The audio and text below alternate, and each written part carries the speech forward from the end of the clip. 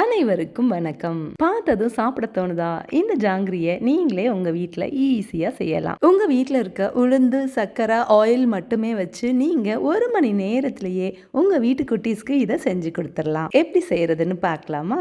1 cup உளுந்து எடுத்துக்கிட்டேன். உளுந்த நல்லா கழுவி 1 மணி நேரம் ஊற வச்சுக்கிட்டேன். நீங்க இத ஃபர்ஸ்ட் டைம் ட்ரை பண்றீங்கன்னா கொஞ்சம் குறைவான குவான்டிட்டில ட்ரை பண்ணி பாருங்க. எனக்கு இதான் ஃபர்ஸ்ட் டைம். நான் இத செய்யும்போது எனக்கு ஒரு சின்ன சொதப்பல் நடந்தது. அது என்னங்கிறத வீடியோவோட கடைசியில சொல்லியிருக்கேன். அண்ட் வீடியோவோட எண்ட்ல 2 டிப்ஸும் சொல்லியிருக்கேன். ஸோ வீடியோவ கடைசி வரைக்கும் பாருங்க.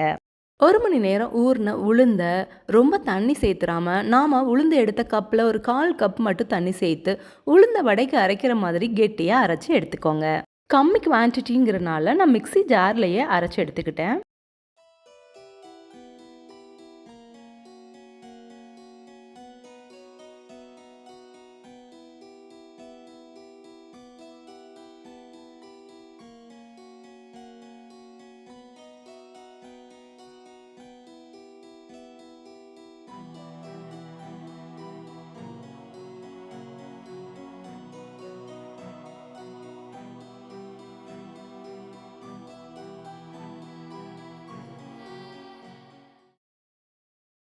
அடுத்து சர்க்கரை பாகு ரெடி பண்ண போறேன்.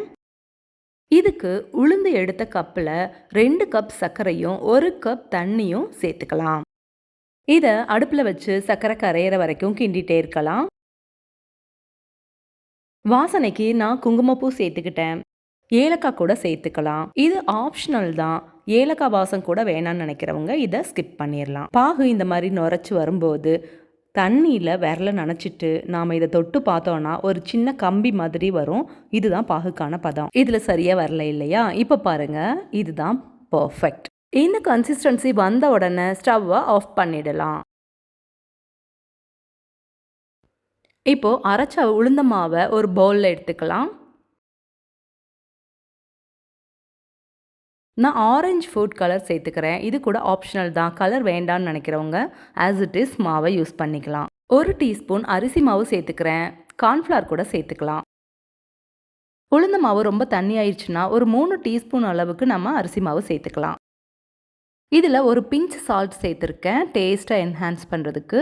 மாவை நல்லா பிளெண்ட் பண்ணி விடலாம். மாவு நல்லா பிளெண்ட் ஆயிடுச்சு. இப்போ ஜாங்கிரி பிழியறதுக்கு எனக்கு பைப்பிங் கவர்லாம் இல்லை. ஸோ நான் ஒரு பருப்பு வாங்கின கவரை தான் கழுவிட்டு யூஸ் பண்ணுறேன். நீங்கள் பால் கவர் கூட யூஸ் பண்ணலாம். இல்லை கெச்சப் பாட்டில்ஸ்லாம் இருந்ததுன்னா அதை கூட யூஸ் பண்ணிக்கலாம். சிசரில் இந்த கார்னர் கட் பண்ணும்போது ரொம்ப சின்னதாக கட் பண்ணுங்க. பத்தலைனா கூட நம்ம பெருசு பண்ணிக்கலாம். எடுத்தெடுப்பில் நம்ம பெருசாக கட் பண்ணிட்டோன்னா ஜாங்கிரி ரொம்ப தடிமனாக வந்துடும். எப்படி பிழிய வருதுன்னு நான் ஒரு ட்ரையல் பண்ணி பார்த்துக்கிட்டேன். இப்போ ஒரு பேனில் ஆயில் சேர்த்து அது ஹீட் ஆனதும் மீடியமில் வச்சுட்டு ஜாங்கிரியை பிழிஞ்சு எடுக்கலாம். நாம் அந்த பிளேட்டில் ட்ரையல் பண்ணும்போது நல்லா வந்துச்சு இல்லையா? பட் ஆயிலில் பிழியும் போது அந்த ஆயிலில் நகர்ந்துக்கிட்டே இருக்குது. ஸோ கொஞ்சம் ஷேப்லாம் மாறுது. பட் இதுக்கும் ஒரு க்யூட்டான ரெமெடி இருக்குது பாருங்க. நம்ம first time and second time புழியும் போதெல்லாம் கொஞ்சம் கொஞ்சம் ஷேப்ஸ் மாறுது. பட் அதுக்கடுத்து நமக்கே கொஞ்சம் பழக்கம் வந்துடுது. ஷேப் நல்லா வந்துடுது. ஜாங்கிரி ஒன் சைடு வெந்துருச்சுன்றது நமக்கு பார்க்கும்போதே தெரியுது. ஸோ அதை அதர் சைடு திருப்பி விட்டு வேக வச்சு எடுத்துக்கலாம். கோணலாக இருந்தாலும் என்னோடதாக்குன்ற மாதிரி ஷேப் கொஞ்சம் வரல. இருந்தாலும் ஷேப்பாக முக்கியம், நமக்கு டேஸ்ட் தானே முக்கியம். அந்த டேஸ்ட் இங்கே பக்காவாக வந்துடுது.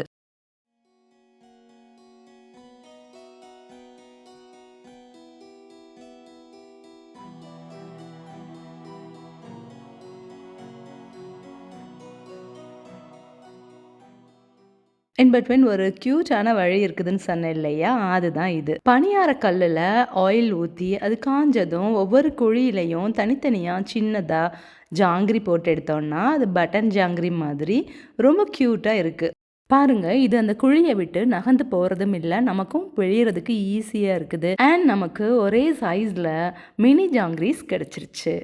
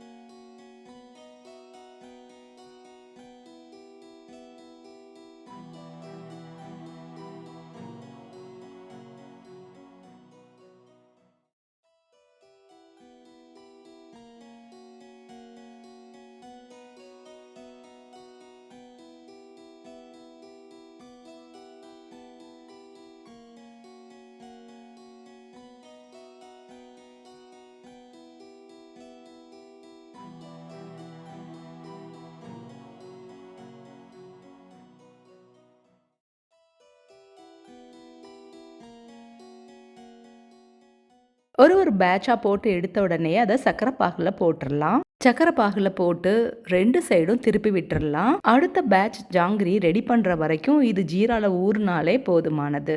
ஜீராவை ரொம்ப நேரம் முன்னாடியே ரெடி பண்ணி வச்சிட வேண்டாம், ஆறிடும். அது ஒரு மிதமான சூட்டில் இருக்கிற வரைக்கும் நல்லது. இதே அளவு ஜாங்கிரி ரெடி பண்ணோன்னா நான் எடுத்துக்கிட்ட உளுந்து 200 கிராம் இருக்கும்.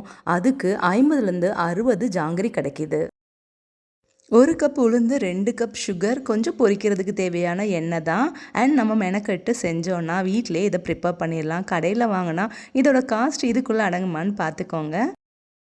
நாம் கையால் குழந்தைங்களுக்கு செஞ்சு கொடுத்தோன்னு ஒரு திருப்தியும் இருக்கும். பாருங்கள் எவ்வளோ ஜாங்கிரின்னு. சூப்பரில். உங்களுக்கு இந்த வீடியோ ரொம்ப பிடிச்சிருந்ததுன்னா மறக்காமல் ஒரு சின்ன லைக்கை கொடுத்துருங்க. அது எனக்கு ரொம்ப மோட்டிவேஷனாக இருக்கும். நல்ல ஜூஸியாக இருந்தது. பிக்கும்போது ரொம்ப சாஃப்டாகவும் இப்படி ப்ரெஸ் பண்ணும்போது அந்த ஜீரா அப்படியே ஒரு ட்ராப்பாட்ட வந்தது. ரொம்ப ரொம்ப டேஸ்ட்டாக இருந்ததுங்க. உண்மையிலே சொல்கிறேன். நீங்களும் ட்ரை பண்ணி பாருங்கள்.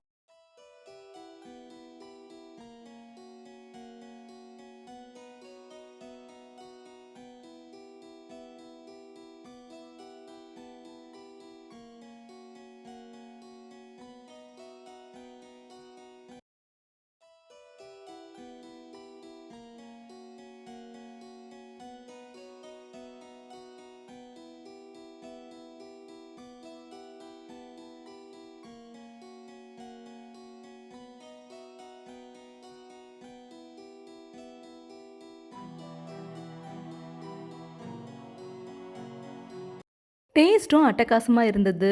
இந்த டிஸ்ப்ளேயும் இந்த கார்னிஷிங் கூட பண்ணிகிட்ருக்கிறேன். பார்க்க எல்லாமே நல்லா தானே இருக்குது. சொதப்பல்னு வேற சொன்னேனே, அது என்னன்னு தானே கேட்குறீங்க. இதோ சொல்கிறேன். ஃபர்ஸ்ட் பேட்ச் ஜாங்கிரியை எடுத்து ஜீராவில் போடும்போதே ஜீரா கொஞ்சம் ஹார்டான மாதிரி இருந்தது. அது என்னென்னா, ஒரு கம்பி பதம் வந்த உடனே நான் ஸ்டவ்வை மட்டும் ஆஃப் பண்ணி வச்சுட்டேன். ஆக்சுவலி அதுக்கடுத்து சர்க்கரையாக மாறிடுது. ஸோ அந்த ஸ்டேஜுக்கு போகாமல் இருக்கிறதுக்கு நம்ம ஃபியூ லெமன் ட்ராப்ஸ் அதில் சேர்த்துக்கணும். அதை நான் செய்யாமல் விட்டுட்டேன். பாருங்கள், இந்த பாத்திரத்தில் சைட்லலாம் சர்க்கரையாட்டம் செடமெண்ட் ஆகிருக்குதுங்களா. இதை நான் ஃபர்ஸ்ட் பேட்ச் போட்டு எடுத்து வச்ச பிறகு அந்த ஜாங்கிரிலாம் எப்படி ஆயிருக்குதுன்னு பாருங்கள். என்னோடய ஸ்கூல் டேஸில் அம்மாவுக்கு சமையலெல்லாம் பெருசாக ஒன்றும் ஹெல்ப் பண்ண மாட்டேன். பட் அந்த புக்ஸில் வர ரெசிபீஸ்லாம் பார்த்துட்டு டிஃப்ரெண்ட்டாக இருக்கிறத ட்ரை பண்ணுவேன். அந்த மாதிரியெல்லாம் யூஷுவலாக பண்ணிகிட்ருப்பேன். ஸோ அது மாதிரி நான் very first time gulab jamun try பண்ணி பார்த்தேன். அப்போ இப்படி தான் அந்த செய்முறையெல்லாம் பார்த்துட்டு கரெக்டாக தண்ணியெல்லாம் வச்சு எல்லாம் பண்ணினேன். என்னாச்சுன்னா அப்படி பாகில் குலாப் ஜாமுன்லாம் இறுகி போய் அப்படி செட் ஆகிடுச்சு. அதை ஸ்பூனாலலாம் எடுக்க முடியலை. கத்தி வச்சு கீறி கட் பண்ணி ஈவன் அந்த சுகரெல்லாம் நாங்கள் வேஸ்ட் பண்ணவே இல்லை. அப்போ சின்ன வயசுங்கிறனால சுகர் இவ்வளோ எடுத்துக்கிறோன்றதை பற்றியெல்லாம் ஒரு பாதர் பண்ணாமல் சாப்பிட்டு பட் காலி பண்ணி முடிச்சிட்டோம். கிட்டத்தட்ட அதே சிச்சுவேஷன் தான் இங்கேயும். என்னன்னா பாகு நல்லா முருகிருச்சு. ஸோ இதன் மூலம் நான் என்ன சொல்ல வரேன்னா, நான் செஞ்ச இந்த தப்பையே நீங்களும் செஞ்சிடாதீங்க அப்படின்னு தான் சொல்ல வர்றேன். அதுவும் கூட இந்த வீடியோலாம் எடுத்துட்டு கொஞ்சம் கான்சன்ட்ரேஷன் மிஸ் ஆகிருந்துருக்குது. That's why. அண்ட் இதை எப்படி ரெக்டிஃபை பண்ணேன்னு சொல்லிடட்டுமா? இம்மிடியட்லி இன்னொரு பேனில் சர்க்கரை எடுத்து பாகு பண்ணிட்டேன். அது ரொம்ப பர்ஃபெக்டாக வந்திருந்தது. அப்புறம் அவ்வளோதான் மக்களே, நான் ஜாங்கிரி பண்ணின கதை. I have to say one more thing. உளுந்த மாவு அரைக்கும்போது கொஞ்சம் சில் வாட்டர் பயன்படுத்திக்கோங்க. இல்லை உளுந்தை முன்னாடியே அரைச்சி வச்சிட்டிங்கன்னா அதை வெளியில் வைக்காதீங்க. ஃப்ரிட்ஜுக்குள்ளே இம்மிடியேட்டாக ஸ்டோர் பண்ணிவிடுங்க. எப்போ நீங்கள் செய்ய போகிறீங்களோ அப்போது நீங்கள் எடுத்தால் போதும். மாவில் அந்த 1/4 டம்ளர் தண்ணியையும் அப்படியே சேர்த்துறாமல் கொஞ்சம் கொஞ்சமாக தெளித்து அரைங்க. அப்போ தான் மாவு ரொம்ப லூஸ் ஆகாமல் பார்த்துக்கலாம். என்ன ஃப்ரெண்ட்ஸ், இந்த டிப்ஸ்லாம் உங்களுக்கு யூஸ்ஃபுல்லாக இருந்திருக்குன்னு நினைக்கிறேன். நீங்களும் செஞ்சு பார்த்துட்டு உங்களோட ஃபீட்பேக்கை கமெண்ட்ஸில் சொல்லுங்கள். ஆர் என்னோட இன்ஸ்டாவில் போஸ்ட் பண்ணுங்கள். கடைசி வரைக்கும் இந்த வீடியோவை பார்த்தா உங்கள் எல்லாருக்கும் நன்றி. கவரில் சின்னதாக ஹோல்ட் பண்ணிக்கோங்கன்னு சொல்லியிருந்தேன் இல்லையா, நான் ரொம்ப சின்னதாக கட் பண்ணிட்டேன்.